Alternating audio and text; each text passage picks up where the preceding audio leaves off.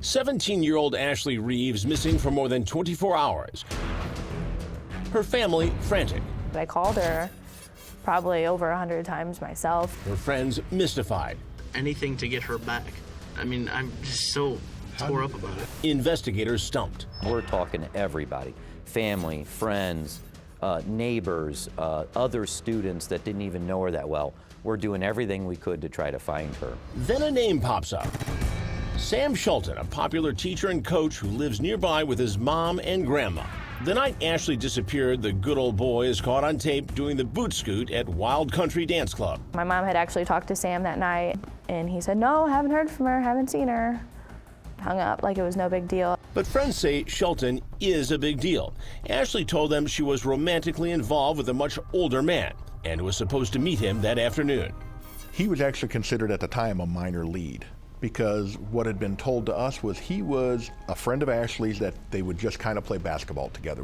Detectives pulled the young coach out of baseball practice for an interview. Just state your name for the record. Sam Shelton. A very friendly and cooperative Shelton tells investigators, despite what Ashley had said, his relationship with the teen was purely platonic. Well, I'd give her like a hug goodbye. I would do that. That's not sexual, is it? To give someone a hug goodbye. He also says he's been dodging Ashley for days. I think she kind of started becoming obsessed with me. Because like I said, she was calling me literally nonstop at times. What was your gut reaction to him? Starting off, I felt like he knew more than what he was telling us. I think he was going to try to just manipulate us, continue to talk to us and be cooperative, just kind of play along and hope that this all just go away. But then a dramatic turn. When pressed by police with statements from Ashley's friends, Shelton changes his story, telling cops their relationship went further than a goodbye hug. A lot further. I will say this, we never kissed. We never kissed. Yes, we did have sex in the back of the vehicle there, and after that day, I felt absolutely terrible about that. Originally, he had said they were friends, and then he had said that they played basketball, and then he had said he wanted a relationship with her, and then he had said at some point he was trying to break off the relationship with her. He had changed the story so much that a person who didn't have anything to hide, why would you change it that much? Do you want to complain about what's been going on, or do you want to continue to just dig a deeper and deeper hole? Because the ship is sinking. We just continue to catch him in lies. It was lie after lies. Then a second bombshell explodes. Ashley was in Shelton's car the day before. He tells police they had an argument, and he left her by the side of the road. But Shelton's story ends with Ashley alive. She was screaming, kicking, everything, put her down, shut the door, ran the car, I took off. I left her. I left her there, is what I did. I left her out there by Radio Range Road. I left her right out there.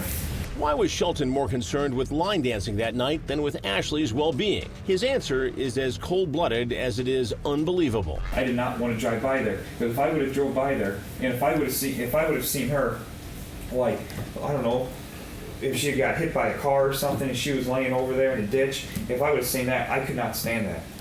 I mean, I have an absolute fear. I have a very weak stomach when it comes to like gore movies. I can't even watch those. I still have in my head from the that new Texas Chainsaw Massacre that came out of it. Have you seen that movie? If I would see her laying on the side of the road right there, it just, I don't know. I would have felt absolutely horrible. You mean to tell me that this is a person that you cared for, and that you left her on the side of the road, but you didn't even try to talk to her or call her after that? I said, I find it hard to believe. The detectives hammer at Shelton's account for hours. If I had any other information about her, I would let you know. But Shelton refuses to stray from his story. And it was points, I'm going to be honest with you, where I was just like, this guy's not giving us anything. Then an unbelievable twist of fate. On a bathroom break, Shelton runs into the department's lead detective, Stephen Johnson. Did you have any prior knowledge of him or his family? He was an explorer in our law enforcement explorer post. I was an advisor. It's a part of the Boy Scouts, and they learn about law enforcement. Johnson takes over the interview, looking for an angle that will break down Shelton's barriers. Tell us about the mistake that was made, Sam.